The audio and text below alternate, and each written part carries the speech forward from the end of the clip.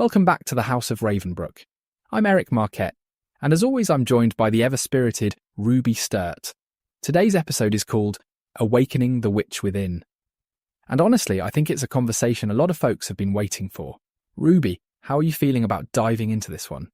Oh, I'm buzzing, Eric. This is the stuff that gets me out of bed in the morning. We've talked a lot about deconstructing dogma and finding your own path, but today we're really getting into the nitty-gritty of what it means to step away from religious orthodoxy and, well, embrace your inner witch. And I know you've got a story or two up your sleeve about that journey, don't you? Yeah, I do. And, it's funny. When I look back, it wasn't a single lightning bolt moment. It was more like a slow, persistent whisper. I was a minister for years, and there was this growing sense of unease, like I was living in a beautifully decorated cage. The rituals, the sermons, the certainty. It all started to feel hollow. I found myself drawn to the quiet of the woods, the sunrise, the wind. Nature became this, I don't know, living scripture for me. I started questioning everything I'd been taught, and it was terrifying but also liberating. I love that. And I think a lot of people listening will relate. There's this idea that leaving a faith tradition is this big, dramatic break, but for most of us, it's a slow burn. You start noticing the cracks, right? The dogma doesn't fit anymore, and suddenly the world outside, trees, rivers, the moon, starts to feel more real, more sacred than anything inside four walls. Exactly, and it's not about throwing away everything you believed. It's about expanding it. I remember this one morning. I was at Stonehenge, actually, for a sunrise ritual. It wasn't a big, formal thing. Just a few of us standing in the cold, watching the sun break over those ancient stones.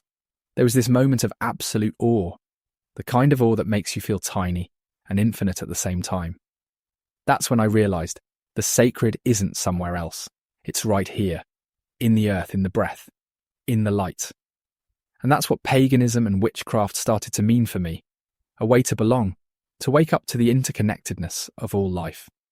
That's so good. And it's wild how ancient symbols and rituals, circles, spirals, trees, start to take on new meaning when you see them as gateways, not just decorations. Like you're not just performing a ritual, you're participating in the dance of the universe. And honestly, it's a bit rebellious, isn't it? To say, I'm going to trust my intuition. I'm going to find the sacred in the everyday, instead of waiting for someone else to tell me what's holy. Absolutely. And it's not about perfection. It's about presence, about listening to the land, to your own soul, and letting that guide you. That's the real awakening, I think. The moment you realise the divine spark is within you and within everything around you. So let's get practical. Because, Eric, I know a lot of people hear witchcraft and immediately think of like pointy hats and cauldrons bubbling over with questionable substances. But the heart of modern witchcraft, especially green witchcraft, is so much more grounded, right? It's about connecting with nature, with herbs, with the cycles of the earth. Where do you start if you're curious? Yeah, the Hollywood version is fun, but the real thing is much more, well, earthy. Green witchcraft is all about building a relationship with the land. The first thing I always suggest is grounding, literally. Go outside, take your shoes off, feel the earth beneath your feet. It's about anchoring yourself, letting the energy of the earth steady you, and then creating a sacred space. That could be a windowsill with a few stones and a candle, or a corner of your garden. The point is to make a space where you can focus your intention and connect with the natural world. And then there's the whole ethical side, which I think gets overlooked. Like it's not just about grabbing a bunch of herbs and chucking them in a jar. There's a real responsibility. Only taking what you need, making sure you're not harming the plant or the ecosystem. I remember my first attempt at making a protection sachet. I was maybe 16, and I snuck into my grandma's garden to pinch some rosemary. She caught me, of course, and instead of getting mad, she showed me how to harvest it properly, thanking the plant, leaving enough for it to thrive. That stuck with me. It's about honouring the lineage, the land, and the energy you're working with. That's such a good story. And it's true, every herb, every stone, has its own energy, its own story. When you gather ingredients for a spell, you're not just collecting objects, you're entering into a relationship. And then there's the ethics of spellcasting itself. The intention is everything. Are you trying to control someone else, or are you working for healing, protection, growth? The best spells, in my experience, are the ones that align with the well-being of all involved. Like if you're making a protection sachet, you're not wishing harm on anyone. You're creating a shield, a safe space. And always respect free will. That's the heart of ethical magic. And it's not just about people either, it's about the earth. If you're harvesting herbs, you do it sustainably. If you're making offerings, you use biodegradable materials. It's about stewardship, not exploitation. And honestly, that's what makes green witchcraft so powerful. It's a practice of reciprocity. You give back as much as you take, and you do it with gratitude. Exactly. And, for anyone starting out, you don't need a fancy grimoire or a cupboard full of rare ingredients. Start with what you have. A sprig of rosemary, a stone from your favourite walk, a candle. The magic is in the intention, the relationship, the respect. That's what makes it real. All right, so we've talked about the roots, we've talked about the practice, but here's the big question. What kind of witch are you?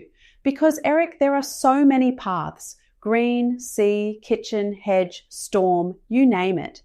And I think a lot of people get stuck thinking they have to pick one and stick with it forever. But that's not really how it works, is it? No, not at all. I mean, if there's one thing I've learned, it's that witchcraft is as individual as the person practicing it. Some people are drawn to the sea, to the tides and the moon. Others find their magic in the kitchen, in the act of baking bread or brewing tea. Some are hedge witches, working in the liminal spaces, the in-betweens. And honestly, most of us are a bit of everything. Your path is yours to define, and it can change as you grow. And there are so many misconceptions out there, like I still get people asking if I worship the devil or if I can turn them into a frog. Hollywood's done a real number on the word witch. But the truth is, most of us are just trying to live in harmony with the earth, to heal, to grow, to connect. It's about reverence, not rebellion for rebellion's sake. And honestly, the resurgence of earth-based spirituality is about people wanting something real, something rooted. It's not about escaping reality. It's about engaging with it more deeply. Absolutely, and I think that's why community is so important. You see it at gatherings, Beltane, Samhain, people coming together to celebrate, to heal, to explore.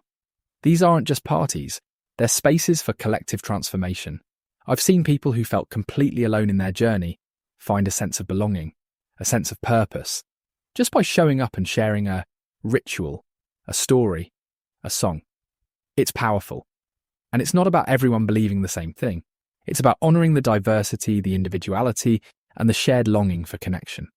Yeah, and I think that's the real magic, finding your own way, but knowing you're not alone.